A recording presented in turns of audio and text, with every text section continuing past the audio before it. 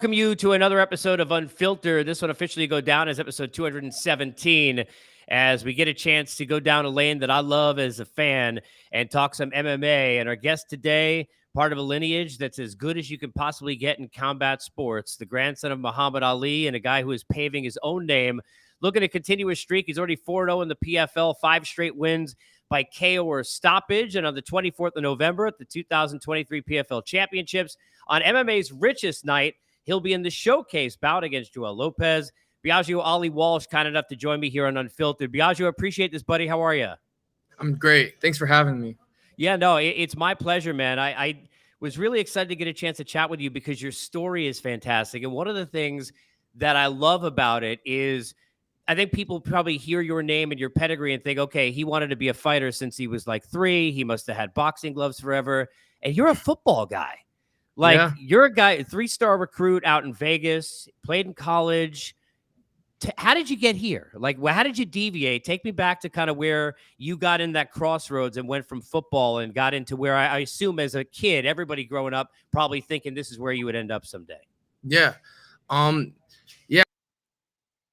Got into MMA was, I never really had an opportunity in college football. It was one of those situations where I committed to a staff, and that staff had gotten fired before I even really know me. They didn't really care to know me. They and usually in this kind of situation, they want to use the guys that they recruited. So yeah, I remember, thinking, I'm like, why am I doing this? What am I here for? I never wanted to go pro in football. It was not something that I wanted to do professionally. So I kept thinking to myself, why am I here?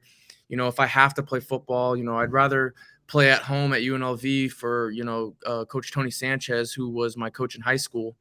And he was the head coach at UNLV at the time. So I thought, if I have to play football, I'd rather just go home, be a hometown hero and do well there, So I had transferred to UNLV. And again, I never had an opportunity to play. I only played maybe a down as a running back. I never got to play that much. So I never had the opportunity. After that, I just spiraled into depression. I didn't know what to do with my life. I felt like I had no purpose. I didn't like the lifestyle I was going towards. I was going out. I was making dumb decisions. I was hanging with the wrong group of people. I was trying to figure out what to do. I was looking into real estate. I was working at Adidas. I was trying to make a purpose out of my life. I didn't know what to do. And, to stay in shape, I was training at Extreme Couture. And what better way to stay in shape than to learn how to fight, right? So I was training at Extreme Couture just to train, just to stay in shape so I don't get overweight after football. But eventually, I started to realize that the only thing that excited me in my day was to go train. It was nothing else that excited me. And it started to give me answers. And I said, you know what? I'm only 22 years old. I'm going to just put all my effort and all my energy into MMA and just see how far I can go. I don't want to be 40 years old thinking, would I have been a good fighter? What if, I don't want to. I'm scared of that regret. So I put my all into the sport, and so far so good. I'm still an amateur. I'm still a baby, and I'm brand new. But I just look to keep learning and get better as a fighter. I want to get back to, as we're being joined here by Biaggio Ali Walsh, I want to get back to Extreme Couture because obviously, and a great lineage there, but from, currently Strickland is the champion, Eric Nixick, who's going to be in the corner of Francis Ngannou, and I want to get your thoughts on that fight coming up this weekend. If you were betting on those fights or the PFL Championship, of course, coming up on the 24th of November, you should do it through Bet Online, your number one source for your betting needs. Latest odds, lines, and matchup reports, baseball, basketball, boxing, golf, and more continues to be the fastest and easiest way to get your wagers, live betting, favorite casino and card games. They're all available right from your phone. So get to the website or your mobile device now and get in the action. Use the promo code BELIEVE, it's BLEAV, for your 50% welcome bonus on your first deposit. Bet Online, where the game starts. I want to get into so much fighting, but I think I can't gloss ahead of what is so important about what you just talked about. I believe, and I'm sure you do the same, that it is important for people to hear athletes and those that they look up to talk about mental health and the vulnerabilities of mental health. Absolutely. I think about in the NBA, DeMar DeRozan, Kevin Love. I think about most recently, Alex Volkanovski in your sport talking about it after his latest loss. Mhm. Take me through when you're sitting there and you're in that, and a lot of people at that age, Biagio, college, right, are Mhm. having all those sorts of things happen to them. Was Absolutely. there guidance from somebody specific? What kind of helped you make the choices to at least get to the gym to train? Because obviously, I know that changed your life, but were there people involved who kind of were your support system who helped you along the way in that process? Yeah, obviously I'm super grateful to have the parents that I have. They've supported me in everything that I've done. Um, I would talk to them a lot, but usually when you're dealing with some mental health issues, you you you don't know who to go to. You don't know where to go. For me, I always kind of had this deep rooted anger. Like if you ask my mother, I grew up, I had uh, an anger issue. I always had an anger issue. I don't know where it came from. Maybe it came from my dad because he's Italian and Irish. But That'll do it to you. That and a lot of good food. right. So I always had this deep fire in me, this deep aggression in me, and I needed an outlet in order to let it out in a healthy way. And Extreme Couture was that outlet for me. It was a way to go there and let out my frustration. Um, and when you're frustrated and you're dealing with certain things and you're depressed about something, you go hit a heavy bag for 3 rounds and you'll feel a whole lot better. So for me, Extreme Couture was that outlet for me. And I had a lot of built up frustration, especially from football at the time. I wasn't getting any opportunities. I didn't know why I wasn't getting the opportunities I was getting. Um, I I was lost. When I was done playing football, I didn't know what to do. I would drink my problems away. I would go out. I'd hang out with wrong people. I'd try starting fights on the street.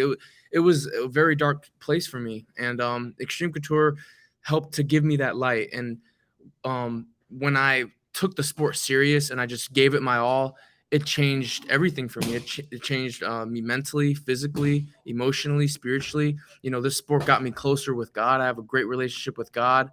Um, and you just got to trust the process.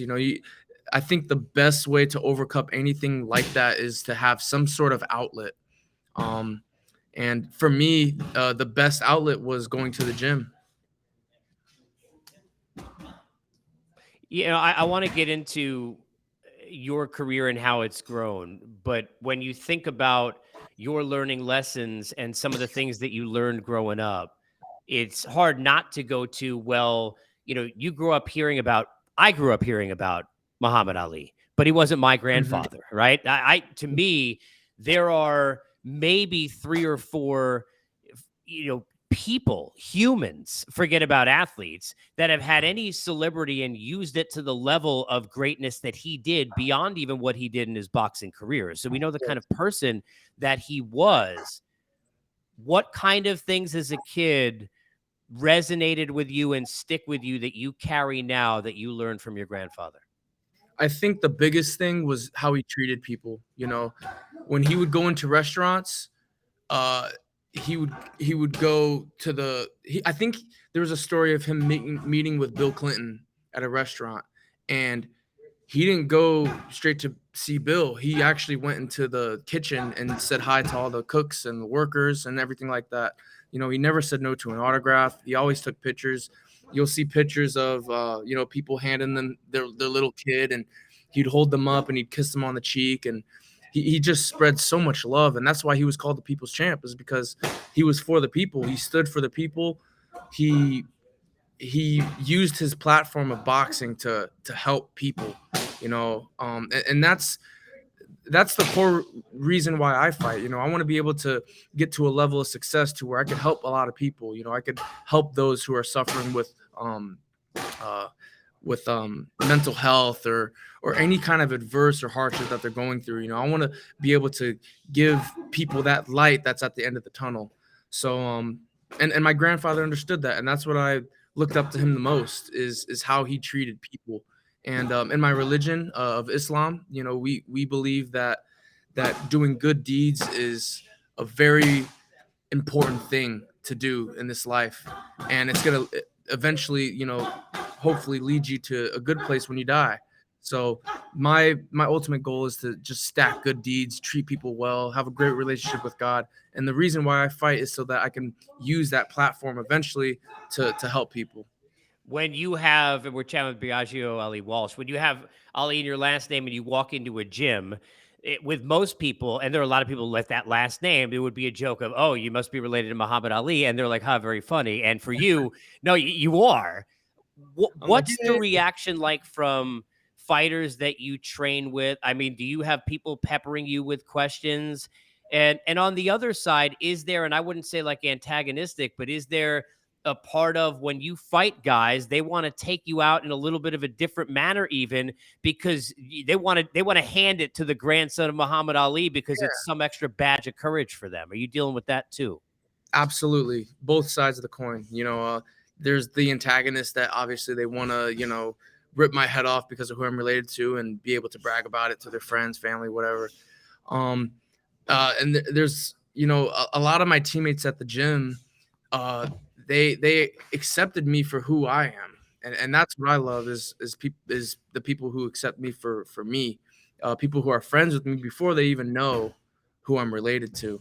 And I have a lot of teammates that didn't even really know, when I first started training, and then ended up finding out.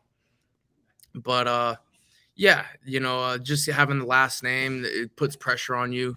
I think how you deal with the pressure is more important, though. 'Cause every fighter has pressure. You step into a cage, you step into a ring, everybody's watching you. You got your friends and family watching, and so every fighter has pressure.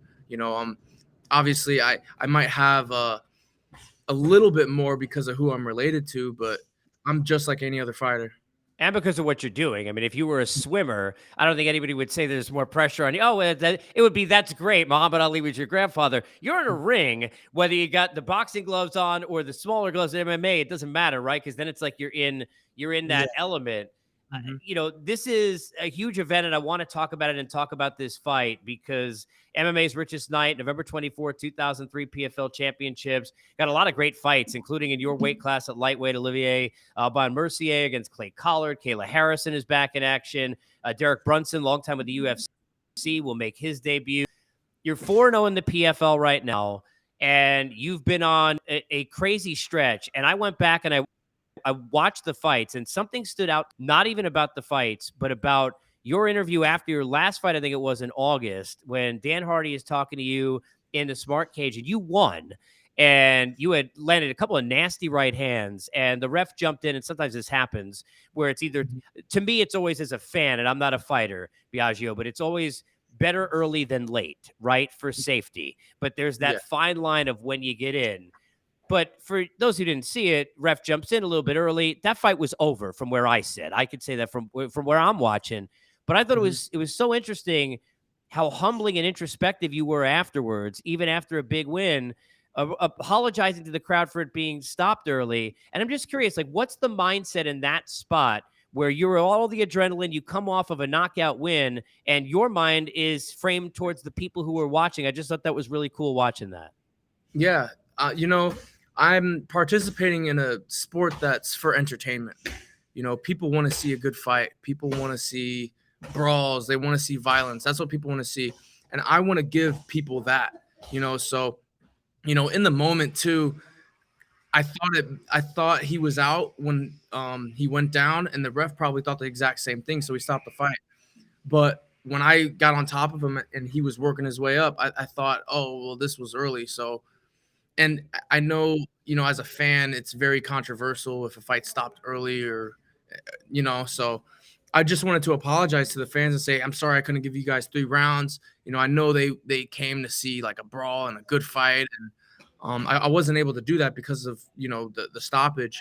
So I just felt bad, because at the end of the day, I just want to give people what they want to see. I want to give them knockouts. I want to give them brawls, violence. That's what I want to give the people. Because I don't want to be a boring fighter. That's whether my opponent gets knocked out or I get knocked out. It doesn't matter as long as I give people what they want to see. I'm satisfied. When you're in a knockout streak like this, and you've got, I think it's 5 straight wins by stoppage or knockout, right? 4 in the PFL. Is there a pressure to do that? How do you, when you're sitting there in the cage on the 24th, how do you measure yourself? And I'm sure this is something you talk about in training too, right? And you learn this with experience, but how do you stay measured to make sure, yeah, to go in for the kill, but to also thinking about gas tank, thinking about not making a mistake and jumping in and all that? How do you manage that when, yeah, there's a little bit of a tag of, okay, if I go watch you fight, you're going to go knock somebody out. How do you kind of play on both sides of that when you walk into a cage now? I think just patience too, trusting yourself as well is very important. I have power. I definitely have power. I have speed. I have explosiveness. And this is something that I just need to trust in myself. And when the time happens, it happens, But in the fight, being patient and just waiting for that perfect opportunity is when you get the best results. So yeah, and getting all the experience that I'm getting is just helping me in that department. Every time I step into the smart cage, I'm getting more and more comfortable. November 24th, I'm going to step in there. I'm going to feel very comfortable and confident, and I'm ready to freaking throw down. I love that. Of course, you got to be excited, right? Like I always say this, and in spending most of my life and career now, a couple of decades covering baseball, covering basketball, all athletes are the same in this respect from what I've learned, and that is everyone has nerves. If you don't have nerves, if it's an interview, a first date, a first fight, a first, play at quarterback, then you don't care, right? I mean, that's part of it. But if you're not excited about it and the nerves aren't partially from wanting to get the hell in there, and in your case, I mean, my gosh, not something I would do, but with credit to you, right? But if you're not doing that, don't you feel like that's part of it? Like you have to, in order to have success, have that enthusiasm to get in there, because if you're not having fun, what the hell are you doing it for? Especially you, man. If you're getting smacked around and going back and forth, trying to knock each other's heads off, you're not enjoying it. Why the hell do it, right? Yeah, absolutely. Why are you cutting the weight? Why are you doing the diet? Why are you training twice a day, every day with a bunch of killers? Why are you doing that if you don't enjoy it and you don't love it, right? So, yeah, like the hard part is training. Training. You get your ass whooped all the time and stuff like that. And even in a fight, you might get your ass whooped too. But the fight is the fun part. That all that training and all the dieting and the weight cutting is to lead up to having fun. Like to go in there, like I tell myself this too. Like as an amateur, I'm still learning, but I tell myself all the time, go in there and just have fun. Life is short. At the end of the day, I'm gonna die. You're gonna die. He's gonna die. We're all gonna die, right? So, and it's a dark way to look at it, but it helps me. It helps me to think on the right path and focus on what's really important. Yeah, I love that. It was like I don't know if you've seen this, but it's like, Oprah used to hand out, she'd say, you get a car and you get a car. It's not as fun when you say you're going to die, you're going to die, but I get the point. And you got to live while you're living. Tell me about Joel Lopez, your opponent, because I don't know anything about him. 3-0. Clearly, we're talking about another guy who's gaining experience as he goes, as you are through the fights. But as you watch footage and as you train for him, what stands out about your opponent who will be on the other side in this showcase bout at the PFL Championships on the 24th of November? I think the one thing that stands out is he likes to bang. And I like that. I want to go in there with a guy who wants to bang. I feel like my last opponent was a little bit too defensive. But I want to go in there with someone who wants to throw, and it's a back and forth kind of battle.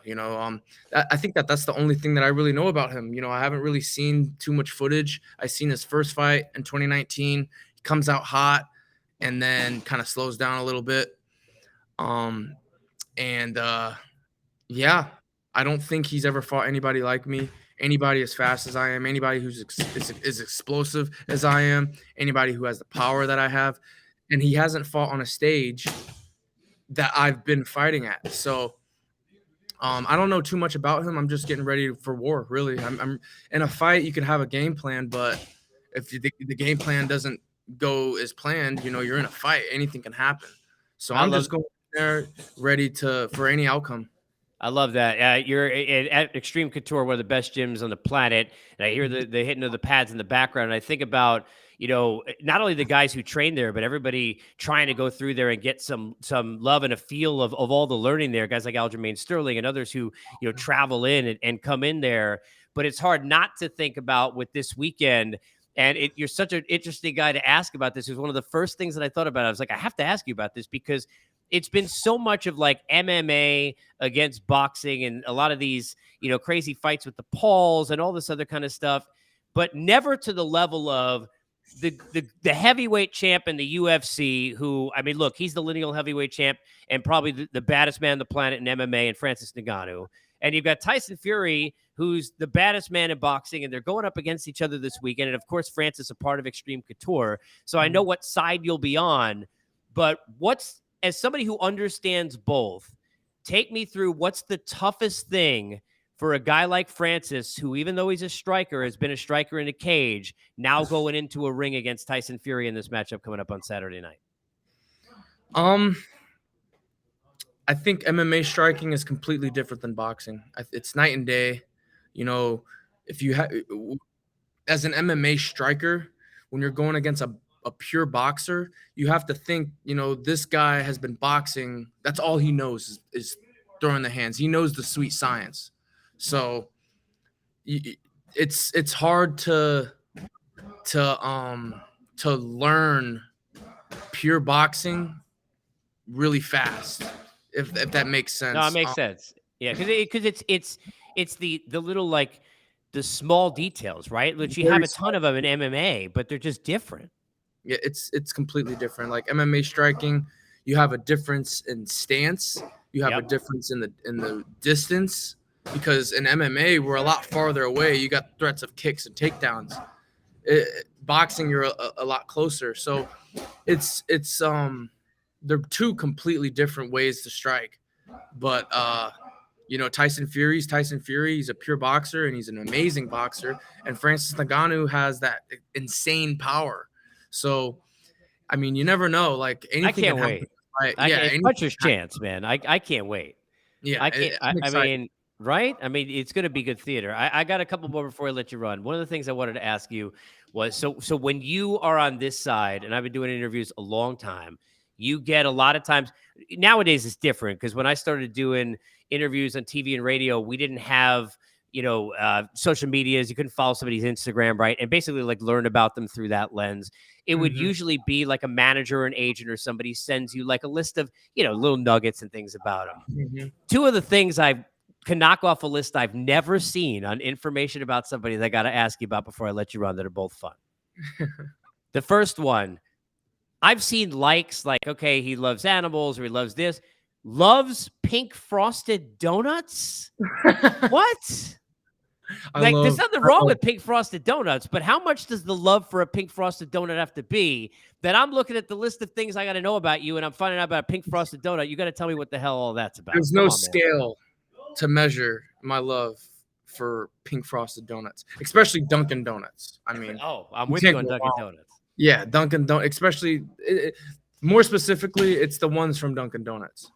But I love the pink frosted. I'm a big donut guy. But pink frosted, like, specifically, like, so no chocolate glazed, no jelly, just pink. You go in, you're getting a dozen pink frosted donuts. It's either from Dunkin' Donuts, yes, from Dunkin' Donuts specifically, which I love. Yep. And Krispy Kreme. Okay, fair enough. Which are the glazed kind? There's another. Yeah. Okay. All right. So you like donuts? Well, how does that? I'm like a cop.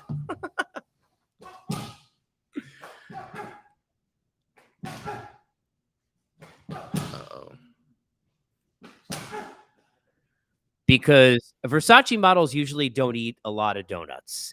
They usually are thinking about eating, like, cucumbers and very little dressing that's on the side. And they're sitting there and they're watching their weight.